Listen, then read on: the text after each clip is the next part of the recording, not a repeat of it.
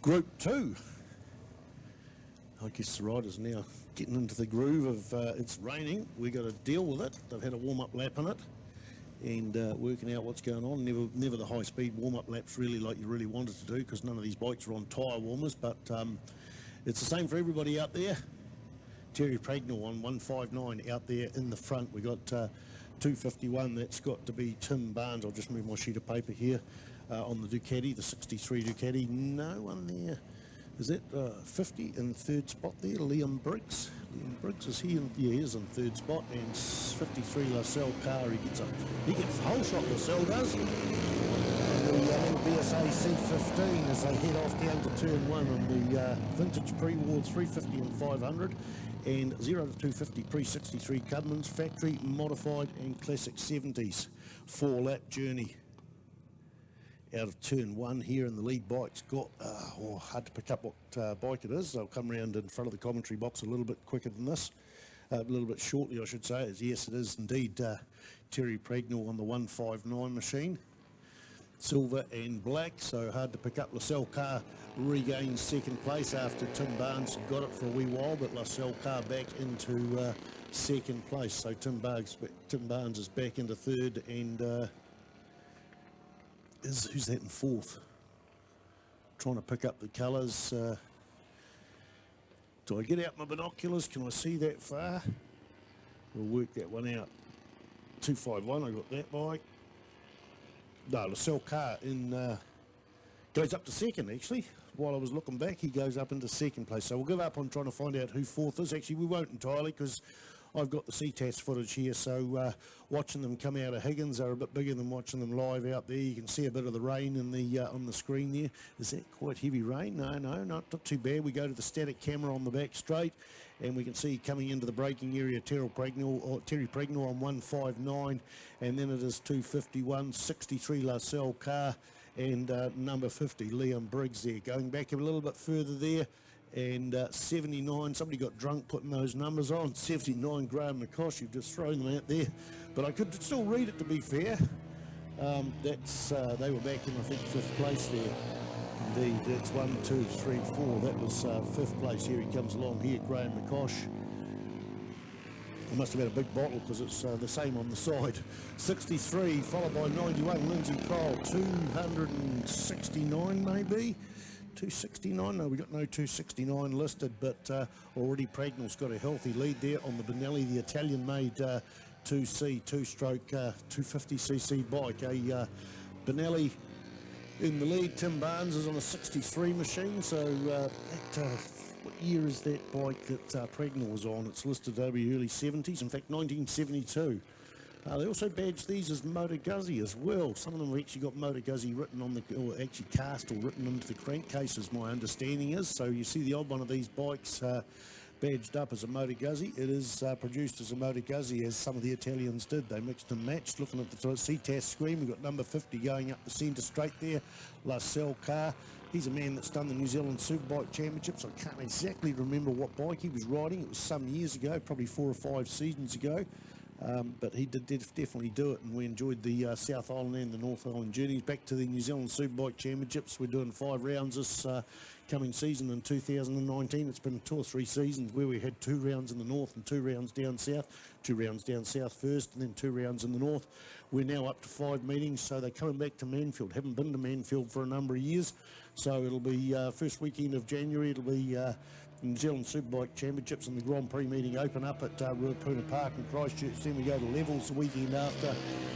Can't tell you the exact dates. Google it, you'll find it out. But I think we go to March, and then it is Taupo, Manfield and Hampton Downs in not that order. It'll be the Moto Fest. I think it's Manfield first, then it's the big Moto Fest, and got some good guests coming over for that. I'm not sure whether I'm allowed to announce it publicly, so I won't. The Motor Fest was a huge, the biggest ever motorcycle event I've ever been to in New Zealand. Just a huge impact on New Zealand motorcycling last year, and then the final round, the New Zealand Superbike Championships at Taupo. Let's go back on to what's happening on the track. Terry Pragnell, 159, 251 follows him, Tim Barnes. You can see these lead bikes going into the hairpin at the moment, and there's a bit of a battle going out between Liam Briggs and Lascelles Carr there for 3rd and 4th, with Briggs just having the edge on La Salle Car. We'll see whether the BSA is quicker than the Jawa. Jawa 559 versus, and there'll be a two-stroke, pretty sure. Will it be a two-stroke 559? Followed by the BSA C15 four-stroke. Back to Graham McCosh, the number 5 bike, and he's halfway down, or about a third of the way down the back straight on the 79 machine. And in behind him, Dick Waterer there on the Benelli 2C in 6th spot there. Troy Leratte, there's a good battle coming out here actually, down to the hairpin and down that back straight. We've got Lindsay Cole, you can see that shadow of the Norton, the International Norton from the late 30s there, but in behind them there's 2 bikes there, and that has got to be Clinton Anstis and Keith Whitehead. Another Jawa 559 versus a Benelli 2C with Keith Whitehead on the bike number 398. Here we go, 159. Terry Pregnell comes down there, the start finish late. He takes the white flag, sees the white flag, that means it's the last lap. And in behind him, Tim Barnes. Now there's about maybe there's probably 14 bike lengths between the two of them, and Tim Barnes is definitely closing, coming out of Toyota here for the pre-war 0 to 250 pre-63 Clubman's and Vintage class. Look at the way he's closing in there. Has he been foxing them all the way along? Tim Barnes is right on the tail of 159, Terry Pregnell there. This is the lead. First and second place. There's a bit of a lonely ride there for the man in third place, Lee Briggs on the Jawa there, but he's got to keep it tidy till the end of the circuit. Back to out of the hairpin where we've got maybe 10 bike lengths between these 2 bikes, first and second. Both Italian machines, Benelli versus Ducati. It looks to be they're pretty evenly matched down the centre straight. I tell you what, I'm going to call it that this is going to be how they finish, but maybe Tim Barnes is going to change that situation and get ahead of Terry Pregnell. Round Higgins now for the final lap of the Group 2 there.